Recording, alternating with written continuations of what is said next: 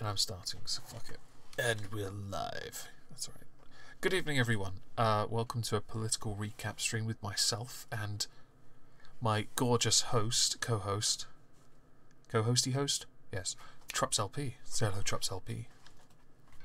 Hello, TrupsLP. How is TrupsLP? I'm pretty good. I'm still waiting for the stream to catch up because it's I there. don't even know what It's you've done. there. I can see it. Oh. Mm-hmm. Oof. Or just clicked into existence. Yeah, I wish I could have rotated the tinsel a bit more, but it'll do for now. I'll work on it. Ah, that's good. That's good. Hello, chat. How's Trups been? Trups is doing all right. I'm hanging out. Fantastic. Hanging in there. The day is always creeping That's been by. a bit of a long one for you. Oh yeah, a little bit. But Thursdays always gives me something. Oh, now I see it. It's beautiful.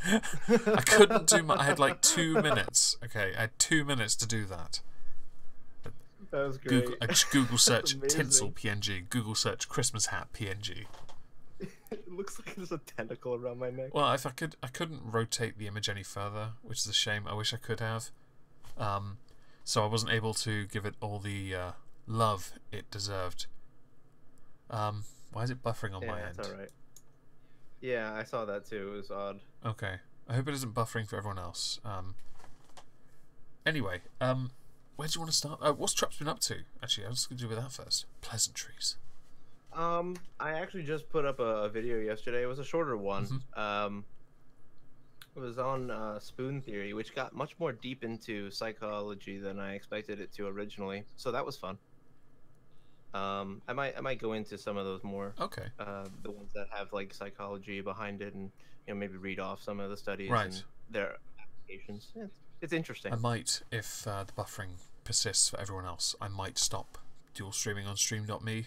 Not because of lack of interest, but if that's causing an issue through Restream, then obviously I will favour YouTube over stream.me anyway. Right. So before we start, let's say hello to people. Hello, Tiger Lily. You won first. Congratulations. Your prize is you make me coffee. I think that's a good prize, don't you think? Oh yeah, I enjoy coffee. I had some coffee cake today. My sister made it. I can only taste the coffee in the icing, though. I was a bit disheartened by that. Hello, Serene, Daniel. Sorry? Never had tiramisu. Tiramisu's a little different. That's not really coffee cake, is it? No, it's got like a coffee-ish taste. Oh, it does. I agree. Tiramisu is a rather lovely pudding. But yeah, it goes well with an espresso. It does. And on that, actually, there's a bottle of whiskey I want to buy, just because although it's a blender's batch Johnny Walker, it's got espresso in it. Apparently, I want to know if it's strong enough to wake the dead. Ooh. You'll have to let me know so it's I only can go buy 23 quid, so I'm going to try and get hold of that in a week or two. Oh, very nice. Say hello, Neither. I see the Time for Velvet voice of Moist. Trups isn't moist. I hear his voice is quite velvety, though. Leo Wolfish, you're welcome. Hello, Aspie. Swan. We have a few viewers already, so that's 30. Okay, I'm going to say hello to everyone else randomly. Hello, everyone else. And thank you, Tiger Lily, for the £10 coffee monies. That'll be spent very wisely, I promise you that. Do you want to start today, or should I start with the video I have on Rabbit? I think we should start with the video on Rabbit. Okay. Then what we're going to do, this video you're about to see, is basically it was in Parliament a couple of days ago. Now, what had happened the day earlier, for context, the Attorney General basically sat in Parliament for 5.5 hours, I think. And I believe that entire thing is on YouTube. And he took a grilling. He gave statements. He told some MPs to grow up. He was very blunt. But he took so much shit about this, whether or not he should or whether or not the government will be held in contempt. Yeah, Trups wants coffee, everyone. Donate to Streamlabs. Yeah, no. And it's updating right now, so I can't tell who donates. Lol. But he took all this crap, and it came down to whether or not the government should be held in contempt, because they said they would originally publish the legal advice, and then they changed their stance to publish something a bit more condensed, and therefore not something that is more private and an opinion-based thing. Now, my view, and I've held this view consistently, after watching 5.5 hours of this, because I was watching it live. This was I know, by the way, one of my younger sisters has been watching politics a lot recently because of me, and she's gotten into it. I was like, what the fuck is someone like you doing watching politics? And I found out she's actually found it quite interesting. But she watched this as well, and my opinion is that this was not something in the public's interest. We did not need to see the legal advice given to the government. There is such a thing as a Privy Council. Now, the Privy Council are a bunch of heads from parties, and they kneel before the Queen, kiss the ring. They are a private group that are then privy to certain things that happen, war-related, money-related. They know this, the ins and outs. Perhaps convening the Privy Council to... mouth ready for blowjob. Right. They then would be able to discuss this, the legal advice, and then could have been given the option to look at it, read it privately, and take back what they know. Press B to blow. Fuck you, Trups. Take that back to the government, or take that back to their parties, not the whole document, and then be able to discuss it, what they learnt from it, as opposed to publishing it publicly, which is where I get really irritated, because what we're about to see is the vote result for whether or not the government is holding contempt. The government lost this vote, so then afterwards Andrea Leadsom, who was representing Theresa May at the time, had to make a statement. I'm gonna yawn, I'm sorry. Oh, sorry about that. My view, as I said, is that I don't believe this needs to be made public. There were other options. It didn't need to be seen, because to me it was glorified scaremongery. It is legal advice. It is not something... It's just another person that supports essentially Remain, and is giving he's giving a very blunt stance on how he perceives it. People are then going to use that as an attempt to scaremonger even more. It doesn't work, and yet you are continuing to do this. You're not going to get a second referendum. People seem to think they want that. They want to scrub no deal off the table. We need it on the table because, honestly, this deal is worse than a no deal. And since the only three options are deal with the bad deal, no deal, or a second referendum, I'm going to take no deal with World Trade Organization rules. But we're going to play this video. There are some parliamentary bits that happen. I noticed Sargon of Akkad covered this, but he's a bit retarded in the sense that he doesn't know the procedures. Like, for example, 4 MPs are chosen. Those MPs, 2 from each side of the House, they then are the ones that collect all the votes. I don't know if they then are able to cast their own vote, but those 4 MPs collect the votes and announce them. There is a rather antiquated ceremony where they then, when they've got the votes, they walk into the chamber, they bow at the door, and they bow a couple times before they reach the dispatch box. Well, not the dispatch box, but the block thing that it sits on. I actually don't know the name of that. That's one of the few things I don't know about. Guess I'm the retard. But Sargon doesn't know the procedure, which is quite amusing, I guess, for somebody who talks about politics. So let's play this, and you'll then hear the vote as it's cast. There is a clear winner.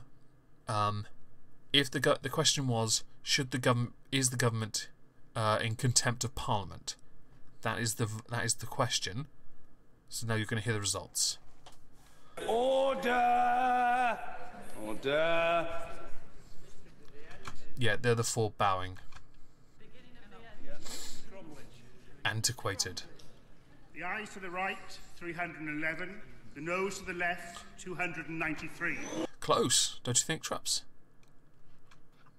Yeah, actually, surprisingly. It's close. I still stand by it. I mean, I believe Jacob Rees-Mogg said he would vote no. It was 293 no, right? 293 for no, but yes was the one that holds them in contempt. Right, but I was just trying to make sure because I wanted to make sure I heard that number. It is. The speaker will repeat it in a second. That's he'll confirm it, and then he'll say unlock, which then separates this group back to their parties. What happens is when the speaker will ask the question, he'll ask the question loudly in the chamber. He'll say, those in favour say aye, and then those against say no. And if there is an obvious separation in voice, like the ayes and the noes are very loud, he'll say, division, clear the lobby, and then they go and vote, which takes about 5 minutes, 10 if it's this kind of vote, and then they'll come back in and make the announcement.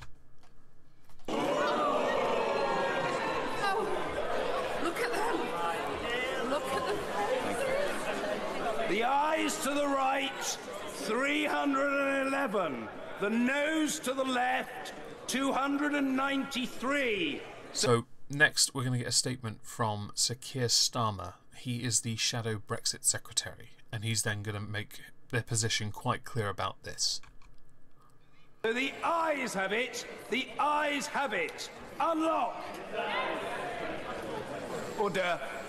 Point of order, Keir Starmer.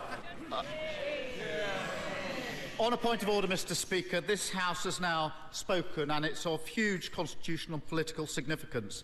It is, I think, unprecedented for this House to find government ministers in contempt. They've never been held in contempt. Ever? No, I don't believe they have. Theresa May's like the first Prime Minister to be held in contempt. It's ridiculous. The thing is, it's not the most unusual thing, though, considering this government. I did mention it on PMQ last night. They have, on multiple occasions, held on to information and not given over for debates. They've not handed over what they're going to set, like the budget report, transport reports, and other reports of that needed to be seen by the opposition, until it's too late. And I think 4 times, Chris Grayling, the Transport Secretary himself, has been absolutely slain, beaten the fuck up in Parliament for his inability to simply pass on the information when requested. They have a worse track record than the SNPs, who never in Scotland never reply to this. And this, I only know this, by the way, because other MPs have started calling out the Scottish Parliament and SNP members for not passing out information when requested. And they mentioned this constitutional thing. This is quite an interesting constitutional question, because this is between a client and a lawyer, and because of that precedent, it's quite weird. Do you know what I mean? Because there's a confidentiality, and the government is the client of the Attorney General. So, does this not breach a constitution? I don't know. It feels like it does. Is this procedure within your constitution, like what they're doing right now? I couldn't tell you. As I've said to many, ask Voldemort. I think he's using it as a Horcrux somewhere. It's such a murky area. I think it's more of a constitutional crisis, in the sense that it does. I believe it does breach it to an extent, because that's. I don't know. It's weird. But let's continue with this for a little bit longer, and then we're going to go to the legal advice itself. So we'll continue with this. The motion makes clear the government must now publish the Attorney General's final legal advice in full. I hope the government will now confirm and comply with that order. But if the government fails to respond, Mr. Speaker, what steps can I and others take to ensure the government does comply with this motion, and before the votes that we have next Tuesday? By the way, I want to pause and thank Tiger Lily for the $10 for You Look Festive. That didn't show up in my donations. We'll just go back here a second and look at that festiveness that's blocked by the chat entirely. See what I'll do. I'll just shift you over here. So, I can't shift you. Sorry. If I do that, then you're not with all your festive stuff, so you have to stay here for now. Sorry. There you go. Look, festive. Right, back to this. Thank you. I will, before responding to the Right Honourable and Lady Gentleman, of course, here on the point of order from the Leader of the House. The Leader of the House, Andrea Leadsom. Yeah. I feel bad for the Attorney General. You can see sat behind Andrea Leadsom with his head looking up at the sky. I feel bad for him. He's had to go through all this crap. Thank you, Mr. Speaker. We've tested the opinion of the House twice on this very serious subject. We've listened carefully, and in light of the expressed will of the House, we will publish the final and full advice provided by the Attorney-General to Cabinet. But recognising the very serious constitutional issues that this raises, I have referred the matter to the Privileges Committee to consider the implications of the humble address. Now that obviously does confirm my suspicion about the constitutional issue, but obviously now it's been released, it's more of a hindsight thing with the Privileges Council, because it is, I do believe this falls within parliamentary privilege. It's not something that needs to be publicly released, and I think it only bolstered Remainers. I will continue this just for the remaining minute. Well, I'm grateful to the Right Honourable and Lady Gentleman for his point of order, and to the Leader for her response. Some members are saying from a sedentary position when. I had intended to say that I expected ministers to comply with the verdict of the House. If the Leader wants to offer a further and better particular on that point now, or immediately after the point of order from the Right Honourable Learned Gentleman, she can do so. But if not, I would certainly expect to have fuller information on that matter provided to the House very soon. But first of all, the Right Honourable and Learned Gentleman. Keir Starmer. Point of order, and on that question, could the Speaker please advise me what steps we can take to ensure that the process just outlined is completed by next Tuesday when we vote? Well, it would seem to me to be unimaginable that it would not be. Unimaginable. This, him saying unimaginable is an absolute statement in reference to how governments should never be held under suspicion of being dishonest. Like, they wouldn't withhold something like that. Important information until it was too late, because the vote next Tuesday is the vote on the deal. But I would point out, even without this information, most are still going to vote against it anyway. That it would not be, but of course I will hear from the Leader. The government will respond tomorrow, Mr. Speaker. And that's the end of it. Let's move on. Let's go back here a second. So, what are your thoughts on this so far? Well, I think that his comment actually saying that it would be unimaginable, the fact that the government has been held in contempt in general, I think speaks volumes of how long it's been since your government has ever been called into question.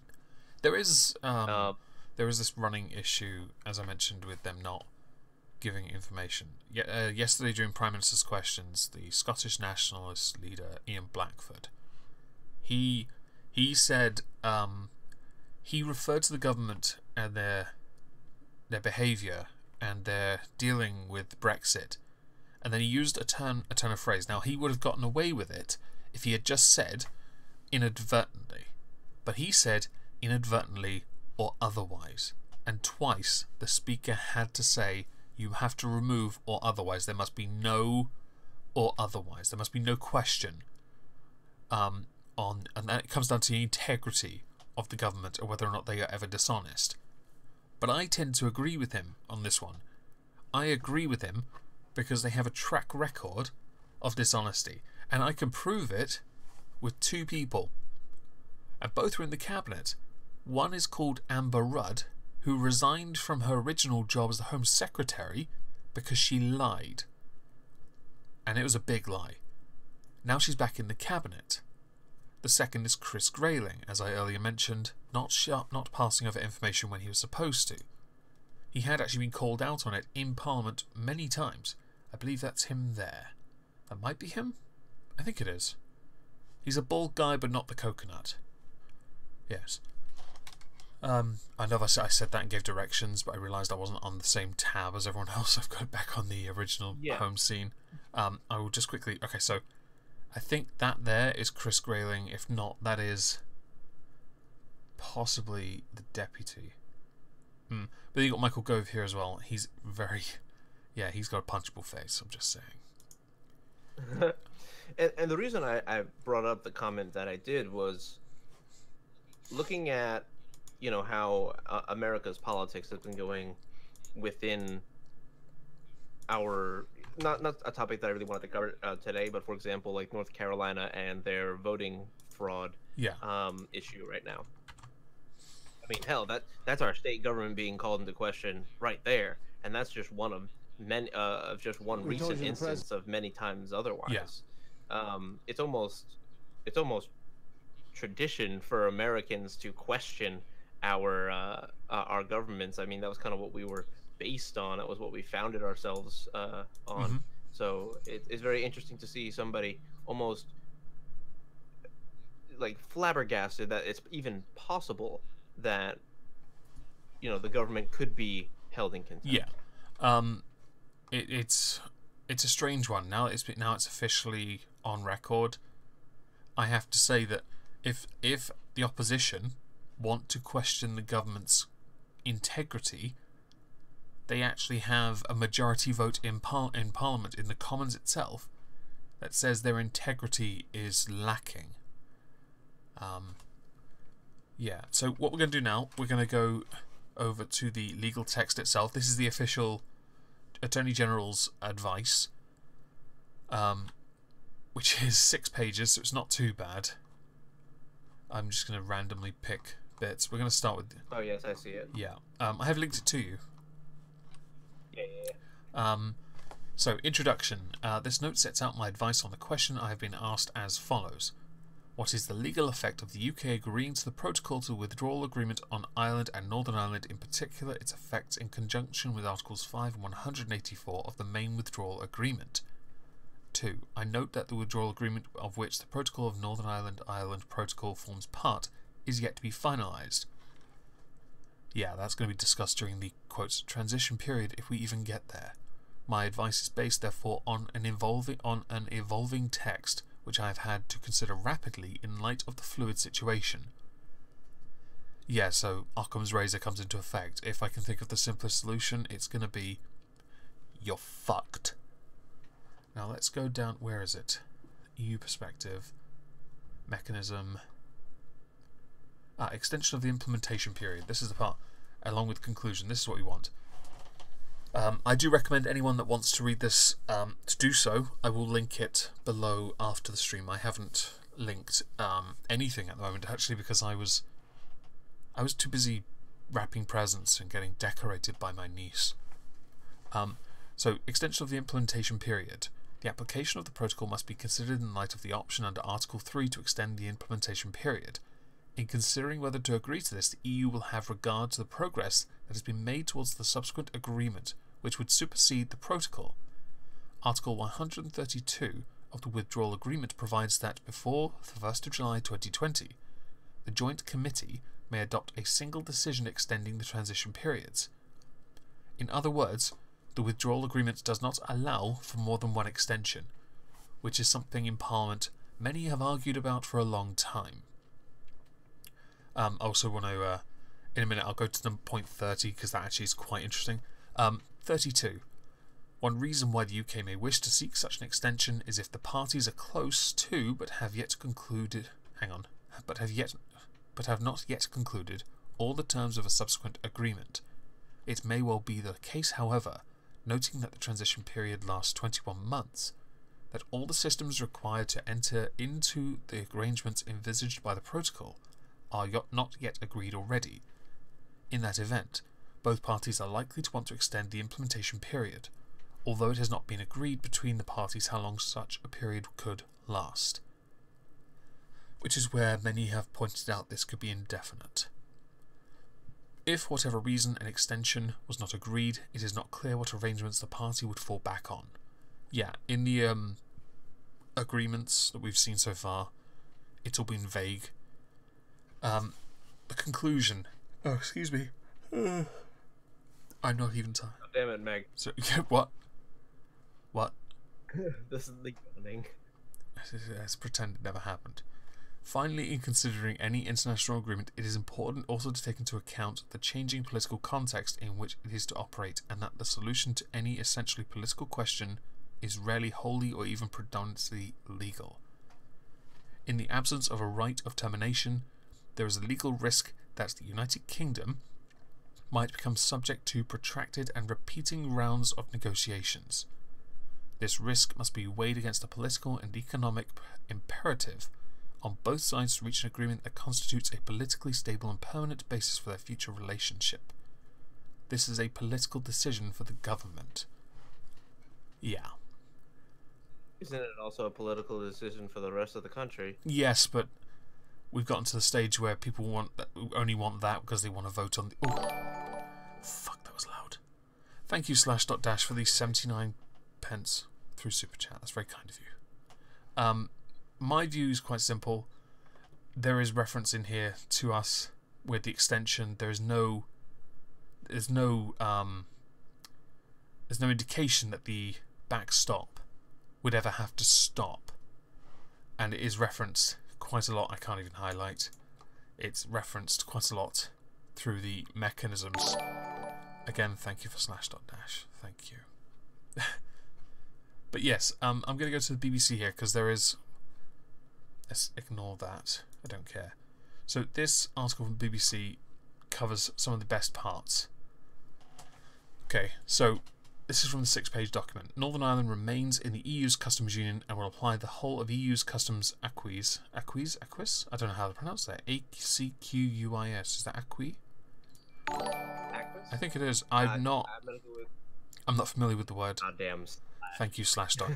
Thank you for sure. Yeah, and the Commission and the will continue to have jurisdiction over its compliance with those rules. This is the reminder that Northern Ireland will be more deeply entwined with the EU's customs rules. Northern Ireland would retain full membership of the EU's customs union, while Great Britain would be in a separate customs union with the EU. The UK would be a third country. That's how. That is. Again, thank you, /dash. There's no ifs, no buts on this. That is a case. That is a fact. That is exactly what will happen, and the DUP, who obviously are in Parliament, they prop the government up. If this deal gets voted on and gets through, they have made it quite clear they will do everything to tear the government down. And I honestly think, I think they have a valid point for it, because they are being betrayed. The next quote: the implications of Northern Ireland remaining the EU single markets for goods while Great Britain is not, is that for regulatory purposes Great Britain is essentially treated as a third country, which I've just confirmed. Despite statements in the protocol that it is not intended to be permanent, in international law the protocol would endure indefinitely until a superseding agreement took its place, in whole or in part. I believe that was actually in the bit that I was going to cover just before the end of it. And again, thank you, /dash. I need to turn that down. It hurts my ears. One more. Just send it to Trups instead through Streamlabs. He just doesn't want to deal with it. But thank you very much. Your generosity is well appreciated. So now that we have the legal text, we have all 6 pages of this, and it quite clearly states, as far as Northern Ireland goes, thank you again, /dash. It's very generous of you. It quite clearly states that we become a third country. This is even though I don't agree with this being made public. Kids get Monster Munch for dinner. Hey, Monster Munch is good, and thank you for that again, /dash. Monster Munch is good. I haven't had crisps in years, but I remember them being okay. It makes it clear that this just supports the idea the deal is bad, with the backstop especially, pointing out that it's a case that the EU have no real reason to let go of it. The extension can go on indefinitely. In fact, you'd have to negotiate terms to then free Northern Ireland. So the deal is even further proven to be bad. What do you think?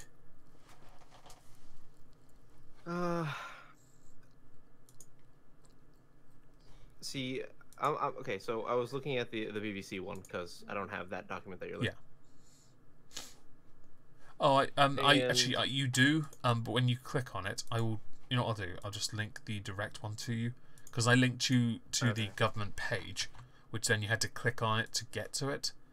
But I will link that to you now. That should be it. It is. That is the 6. That's the 6-page document. I will put all sources in the description below for anyone who is interested after the stream. And to the 57 people watching, could some of you like smash the like? I want those likes, please. Thank you.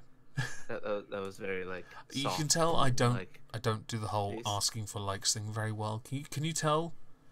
I mean, is it not? Oh, have you not noticed? You just wanted to be like a real YouTuber. It's like, yo, everyone, smash that like button. Let's get all of those subscribers. Let's do it. It's like the. No, we not like that. If it wasn't apparent enough when people donate, and I get incredibly uncomfortable, I don't know how to deal with it. Okay. He's humble, everyone. It's a good quality. Yeah. Patriarch of the Sith, you've missed us talking about the Attorney General's legal advice on the question of what is the legal effect of the UK agreeing to the protocols of the withdrawal agreement on Ireland and Northern Ireland in particular, its effect in conjunction with Articles 5 and 184 of the main withdrawal agreement. His legal advice is essentially, yeah, it's still shit. Okay, so it says in the BBC article, despite statements in the protocol that is not intended to be permanent, in international law, the protocol would endure indefinitely until a superseding argument took. Well, that's the thing. The The backstop is not meant to be permanent. A solution is meant to be negotiated. But if no deal can be negotiated and there's no real incentive for the EU, thank you, Tiger Lady, for the $2 donation. Smash that like button. Smash it. The EU have no incentive to go against. They have no incentive to do anything different. They just don't, and they don't have to change shit. They can keep it. It's not something that has to go for them. So it's kind of like what the fuck. Right, but it kind of just feels like you're putting them in limbo indefinitely. Like, if I don't have to deal with it, I won't. Yeah, there. And to Ekef Sot, the reason why is it looks like he's sucking on a wasp is because he spent 5.5 hours, Geoffrey Cox, the Attorney General, did in Parliament, and there are a couple of instances where he looked like he was going to cry, and then because I couldn't get a decent resolution of that print screen of that, I went with one of him sucking a wasp, because it was another expression that looked magnificent and will make a fantastic thumbnail for this political recap stream. I agree entirely. But like, that's my thoughts on the whole thing. It kind of just feels like you're leaving Northern Ireland out to dry. That is exactly how I feel. It's like, okay, so betraying Gibraltar by saying, "Bye bye, Tiger Lily. Thank you for the donations. Much appreciated." It feels fun at work. Yeah, have fun. It does with Gibraltar. The deal now, the only reason it got agreed upon in the EU after Spain tried to filibuster was because they wanted custody of Gibraltar. We've instead agreed to negotiate joint custody of Gibraltar. Gibraltar has been our property for longer than Spain has had it. So quite frankly, they can do one. Gibraltar wants to be a crown dependency for the United Kingdom, and it's quite a strategically, tactically useful place for us. Then they can stay with us. The rest of Spain can suck one. And they're sending ships around Gibraltar, playing the Spanish national anthem really loud. What a good waste of military, of fuel and military might by playing the Spanish national anthem, which I didn't hear it, but I think it was just mariachi. I know that's Mexican, but but I've decided it's Spanish now. Let's go with the Spanish version of mariachi, but basically their siesta music. Whatever that is, Spain's got a lot of balls, considering, what was it, only like 5-6 months ago, Catalonia wanted to become an independent state, and I think they should be. Brought in the military police and beat the hell out of them. And I still think they should be allowed to. Each country, each of the regions in Spain is bound by a constitution to a country, but each of them is individual and retains autonomy. Therefore, Spain is not a country in the first place. And the new president or prime minister is a fucking idiot. And he's an asshole. He's not even like a harmless idiot. He's an asshole idiot. I'm probably going to get shit for this, but Spain is not a country. It really is not a real country. Okay? People who say it is, no, it isn't. Somehow they've managed to unify all the regions under a constitution. It sounds oddly familiar to the EU in that regard. All these nations bound to something. I know the context is different, it's a false equivalence, I know, but there's a similarity you can kind of draw, and you get the point. Especially when you have all these different countries and they're bound together by this, and their voices mean so little to the main government. When if they wanted to, and some of these countries, regions that are bound to Spain or countries, let's call them countries. Fuck it, they're countries. They want autonomy.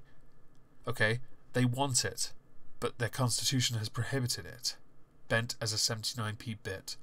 Yes, it is. Yeah. So as far as I'm concerned, Spain's not a real country. Fuck you. You have no money. Yeah, I'm not quite all on that, because people don't say that they're going to Spain. They say they're going to Barcelona. They're saying they're going to. What are those? Pamplona. Is the Canary Islands? I think the Canary Islands is a Spanish thing. I think so. But yeah, I mean that's basically it. It's a Spanish. I'm really yeah off about Spain government for like the past yeah. Okay, so 40 years, but that's the Canary Islands, southernmost autonomous community of Spain. They, I know if I remember correctly, they want autonomy, absolute autonomy, if memory serves. So as far as I know, they do. And that's why Catalonia is not allowed to leave, because they make all the fucking money. Catalonia is where all the money is. Come on, they've got fucking the new camp. Are you mad? Anyway, we have moaned about the EU and yeah for 35 minutes. Should we move on to Trump? Yeah, let's move. Let's moan about the America. All right, well I'm going to play a video. It's on Rabbit now. Oh, this glorious awkward right, video. so I'm going to wait for all the comments to disappear for a second. We're going to play this from Fox, and hopefully we won't get demonetized or claimed. Fox is pretty nice. Okay, well then we're going to go straight here. Press play. It was here. Let's listen in as he makes his way up the aisle with the First Lady Melania Trump. So, for those who don't know, hang on. you can keep playing the video. No, this is bad. This is horrific. How come I got good quality on the first video but not on this? Are you mad? No. What we're going to do, we're going to go here. We're going to go here. Yeah, we're going to go to the browser. I'm going to get the quality we deserve. Yes, we told you the president was here. Let's listen in as he makes his way. No. You'll give me what I want. I want YouTube.com. I don't want this horrible browser image you're giving me, because it's not good. Nah. Why are you giving me shit? Why are they giving me this shit now? I don't know. Can you adjust the thing in the options on the bottom left? Let's go to Google first. Let's try it. This isn't working. I mean, you don't have to necessarily play it in the rabbit room. It's honestly more or less just for them. Nah, we'll just press play. It was here. It's fine. Let's listen in Here as he makes his way. And if you want to lower it a little bit, I I can talk over it. I can't lower the volume. Sorry. This one won't let me. Talk anyway. Yeah. So for those who don't know, our 41st president had passed away over the weekend, and so it is customary then for basically everyone who's ever been in government and ever will be in government to attend the funeral. Obviously we have a bit of pomp and circumstance, not as much as the UK does, but here we see Trump and his wife going to sit next to the Obamas and the Clintons in one of the most awkward interactions I have ever seen in the world. Well, that is awkward. Michelle looks like she's like, I'm gonna slap him. Bill's like, oh, you could have shook my hand, you dirty little... Hillary just looks pissed. Everyone, it just looks up, away, like they're not actually together. It's wonderful. I think it's amazing moment right there. It's quite an impressive picture. 3 presidents lined up. It's quite something. Paying respects to the 41st president, but then and their vice presidents are nearby as well. Yeah, I saw Biden next to Hillary, I think. I can't tell from the resolution. It's so bad. No, that's vigorously. I think is it campaigning directly about. I can't tell. But obviously Mike Pence is right behind. Yeah, Mike Pence has Donald Trump. He's vicious for a few days there. So things up real nice. Does this show the salute? No, it does not. Oh. That is later. But so basically a lot of folks took aim at Trump during this point, because obviously not only did Trump, our God Emperor, go up against their God Emperor Obama. But it was a terribly awkward, like, shade thrown. It almost like you go to Thanksgiving if you're American and you sit down with your family who you know you don't get along with, but you gotta sit and bear it for a little bit because somebody said so. Yeah. I can, for those who are interested, there God. is a video on newsweek.com.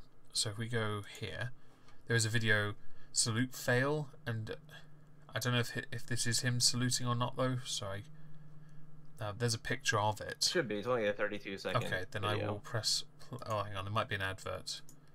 It's not letting me play. Oh, it's on C-SPAN. That's pretty good. Give me a second. I'll go back here and I will quickly refresh this page. See if that helps. Loading. Oh, add first. Give it a second. Fuck. Yeah, it's only 15 seconds. It wasn't talking... I wasn't talking the giggity style this time. I didn't see your message. Sorry, hang on. Oh, he said that what do Trump and Obama both have in common? They both Hillary, smashed yeah. Hillary. Right, sorry, I did see that. My bad. Wait, another fucking ad? Really? It finished one ad and then went to press play and did another ad. You can just scroll down. There's a picture. Oh no, I did scroll down, but I want to see the video. Okay. I think it's like, I think it's better visually. Oh, here we go. Literally Right, 30 here we go. Okay, I can switch to it now. Okay, so here we have, I can expand it, and we'll unmute it. There we go. She doesn't, how old is she? Melania? Yeah. Oh, fuck, I know, dude. So he doesn't, But even he if doesn't she's do over salutes 50. very well. I've noticed this over the years. Yeah, neither did a couple of our presidents. Like, honestly, Reagan didn't do very well either, but whatever. Okay. He's commander-in-chief. He can do whatever the fuck he wants. Yeah, he can. But many have sort of gone off on one about his saluting style. Is it incorrect? Oh, they fucking brutalized him. Okay, so technically, you see, George H.W. actually served in World War II. Yep. And technically, you're not supposed to Thumb. salute as well. The thumb is one, but Trump never served in the military. Technically, you're not allowed to salute. But he's commander-in-chief, so that point is moot. Yeah, I would have thought that's moot. Because hang on, I basically- think I've seen. Haven't I seen Obama salute? And I don't think he served, has he? Yeah, but the saluting of the Marine Guard on the flanks of Air Force One and the helicopters and such, that was actually something that was introduced by Ronald Reagan. Oh, it's a courtesy. Which is kind of acceptable. Yeah, it is. And it's also a pretty good procedure for giving them a stand down. So that he may enter. To be fair, many of anyway. most officers in the British Army can't salute. We do have a slightly different salute. I will quickly. What I'll do is I'll change back here. I will go and get a very good picture or video of us saluting because it's quite important. Furry kitten, the commander-in-chief shouldn't salute a subordinate. Right, I so disagree. here is I think here is a video. go with respect. Here's a video of a salute in the United Kingdom. Okay. This is a British salute. Okay.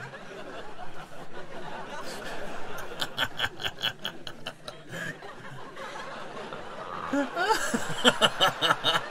this is what Irate Bear did while he was in the Navy.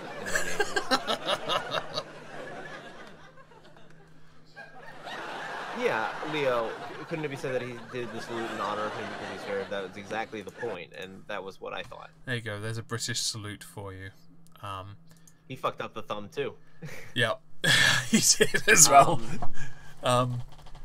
Extra long variant. Yeah, that's the Red Dwarf variant. It's one of my favorite ones. Yeah, but like people actually like tore into him, like even to the point of you're technically not supposed to salute indoors. Yep. Because then you don't have a hat on. Then you don't salute with a hat on. Or you only salute with a hat on. I think he would have It's been. very- He would have it- been. there I think did- he would have been flayed if he hadn't saluted. I think so Yeah. too. I just think they're finding anything they can to harass him about because they just don't like him. I mean, obviously this is on Newsweek, but god damn it, man.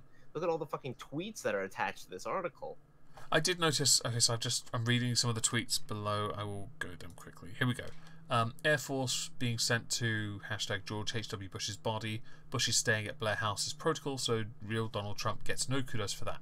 His present salute at the rotunda was theatrical at best. I disagree. It looked like a salute. And First Lady looked like he and the First Lady looked like they were at a mandatory school play. Well, I'll be honest. If you've barely ever met the guy or know the guy, but he was president of the country, and you are put in a position where you have to pay your respect, what the fuck do you do? And I promise you, if I was him, I would do exactly the same thing with the prostitute. The prostitute I take with me. Good. Okay. But like, I mean, obviously they had to rehearse it. I know they did, because if you noticed in the video, for a split second, they actually timed it. She put her hand over her heart, and he saluted at the exact same time. I noticed that. So yeah. Probably rehearsed. Probably because they didn't want to look like they did when they went maybe to that's see why, the Queen in the UK. Maybe that's why people then said that it was a school play kind of thing. I personally, I know that a lot of people. It's been a bit of a. I don't think this is. It shouldn't be mocked in the way it is, but it's a case of. It's just a case of picking on him for the sake of it. Watching Trump's run aboard military personnel is so offensive. He doesn't deserve any hand salute. By that, then no one, unless you have served in the military, you're not allowed to run for president. That is what you've just said. Basically. That's what you've just said. And it's absolute bullshit, because even if they rehearsed it, right, that means he's trying. Yeah. Okay. So like, he's actually aware that the criticism is at least well founded in some places, and was like, you know what, I should do this better. I should get these. These. It is very much presidential. It's a presidential thing to do. You got one here. The 45th president is not now and has never been in the military, so he's not supposed to salute anyone unless they salute him first, which he would know if he actually gave a shit about anything other than himself. Yeah. That was only a rule once Ronald Reagan made it a rule. Mm-hmm. Technically, the president didn't salute anybody. Ronald Reagan decided to salute the guard on the side of helicopters and planes, and that. Okay, so somebody replied to Ken Fitzgerald here. Obama saluted those in uniform all the time, as is expected. Saying you have to serve to salute is asinine and ignorant. When everything is outrage, nothing is outrage. Things like this is why no one takes leftists seriously. #temper tantrum. And then underneath he replies, Trump's salute is a fraudulent pantomime of military service. What's the reply? Do you know why we salute? I.e., how did the salute originate? Bet not. Hurry up and Google it so you can tell all of us you know why. And then it continues. I'd rather him salute a hero than bow to a monarch like the last butt kisser in chief did. Ooh, me too, dude. Me too. I was so pissed. Thank you. I was wondering if that was kosher for non-military personnel, but then you got technically no. But Ronald Reagan started returning the salutes of U.S. Marines, so returning a uniform salute, service member salute became a presidential tradition. But civilians don't initiate salutes. Service members not wearing covers hats don't initiate salutes. Underneath, he is Commander-in-Chief. There you go. Right. What a fucking idiot. So that's it. I mean, that's it. It's Commander-in-Chief. The end. Like, that's it. That supersedes all of it, to be honest. Yeah. And I like this. It's not like any 5-star general could talk down to him as a subordinate. Absolutely not. I tell you what the difference is between the 5-star general and Donald Trump. The 5-star general apparently has the qualifications to run for president, and Donald Trump doesn't. Interesting. that would happen that way. One of the random things before we move on to the next thing about how they wanted to ruin George H.W. Bush's funeral, I found out that almost every officer over, I think it was lieutenant, about 48% aren't even battle capable. That doesn't surprise me. I was like, we should do something about that. Before we go on to I want to quickly touch on the fact that I've seen a number of videos of talking about HW. The most obvious one was Styx, and he said equivalent to good riddance to the neocon. and he didn't give it. He was that very. It was actually, I thought, one of the most disrespectful things he'd done. But I got his arguments at the same time about what George H.W. did when he was in office and how he failed. But I think the main crux of it was he was a neocon. Good riddance to him. Much like he won't feel the same way. He'll feel the same way when the neoliberal is gone. I believe he meant Obama for that. The thing is, after a certain point, I get very upset that people can retain all this anger all the time, right? Like, a man is dead. This man, whether you liked him or not, tried to do what he thought was right. That actually, he didn't do what. That you got a point there. A lot of the other side to the coin were people saying he may have got it wrong, but he had this integrity and credibility. And Prospero, you were quite right. Dancing on the grave thing far too soon. He's a man. He was a good man, even if he couldn't do everything that everyone wanted him to, and maybe he made mistakes. And this is for me even on Obama's side, because I really don't even think that Obama was intentionally deceitful. I think he just was following what people thought. But I'm not about to get into that. I wouldn't say that if Obama passed away just as George H.W.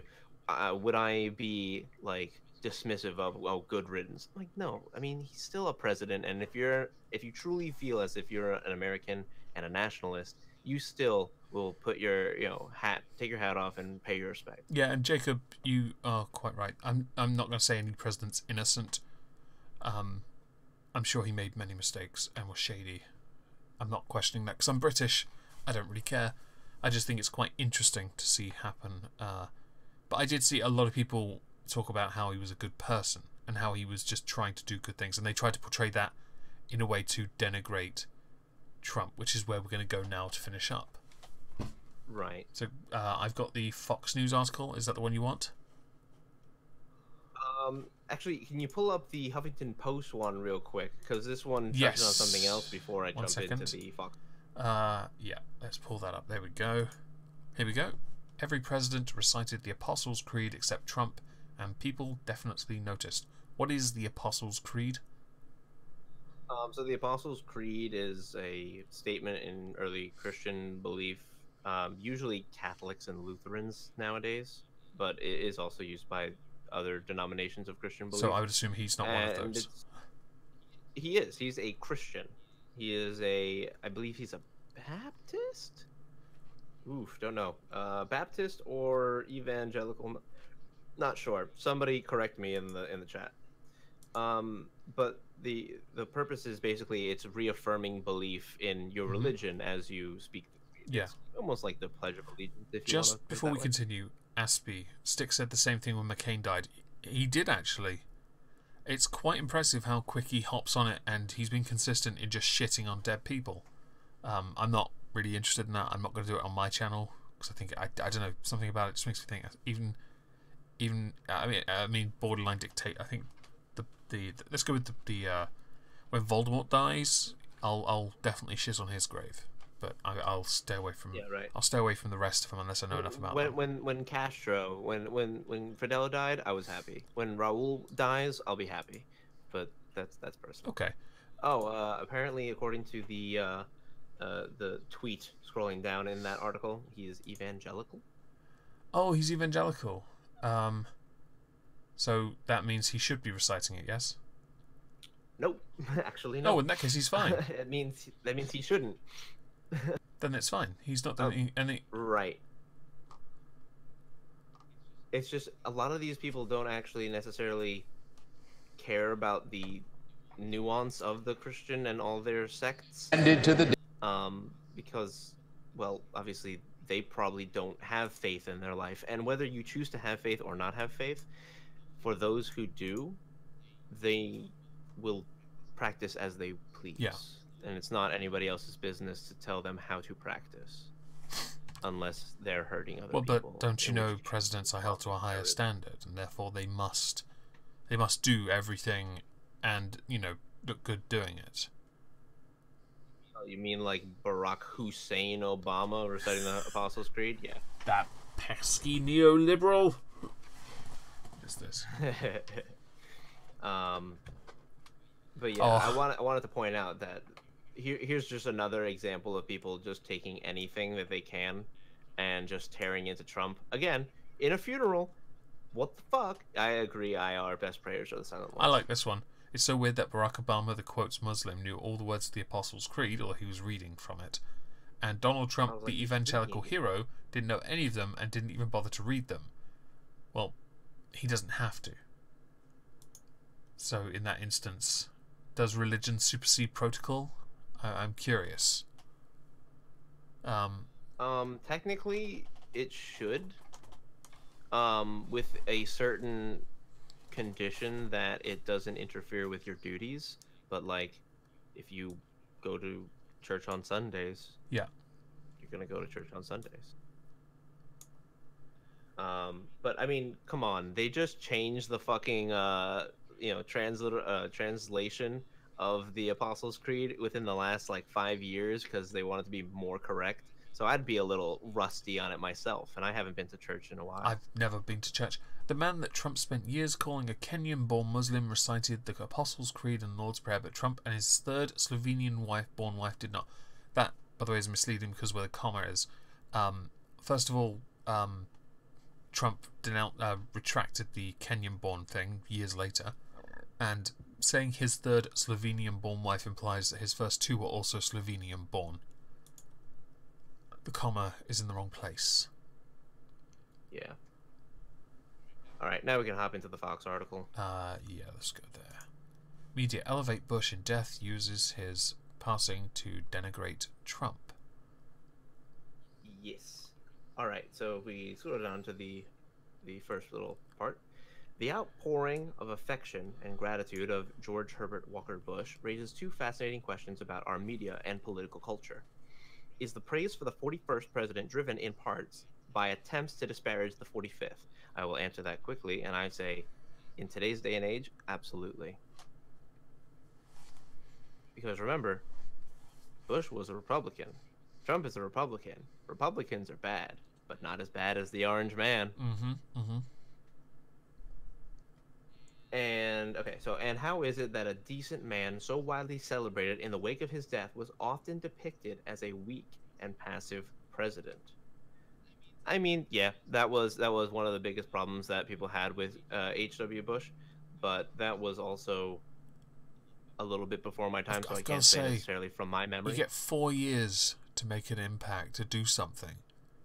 4 years. That just doesn't sound like a long time to make change happen. Honestly, H.W. got taken out by Clinton after his first term, so... and actually, one of the things that George H.W. had said when Clinton beat him was, "I'm happy for you. This isn't about politics or parties. Your success is all of our success. I can't wish you the most of luck." That is a very gracious and defeat thing to say, I have to admit.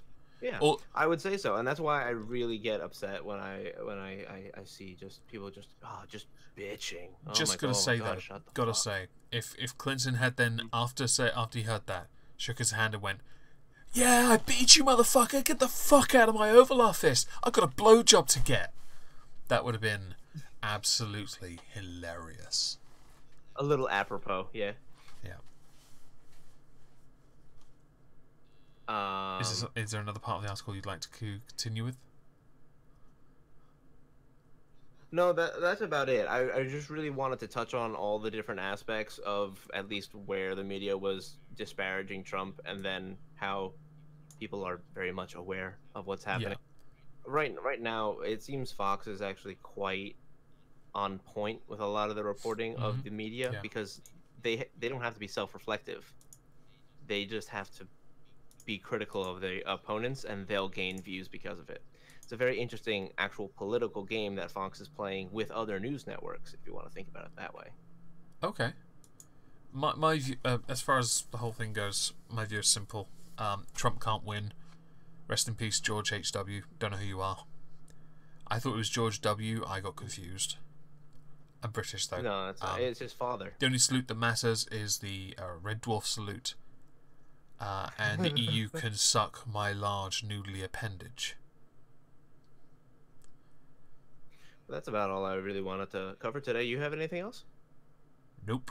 Did you want to shill anything before we finished? Again, guys, Streamlabs for both Omegon and myself in the description below if you guys are watching this after the fact.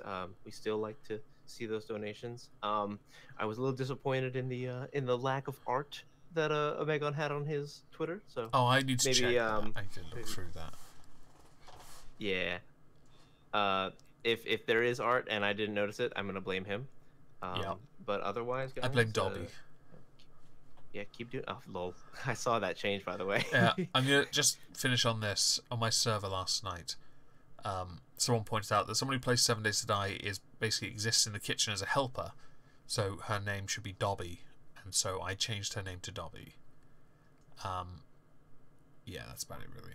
I might try and do a video for tomorrow. If not, it will be Sunday as normal. I was going to do one today, but it was my day off and I woke up late, so I was like, nah. I had to go downtown, buy Christmas decorations. Fuck it. Thank you everyone for joining us. I hope you enjoyed the stream. Smash the like. And say goodbye, Trups. Goodbye, Trups. Goodbye, Trups.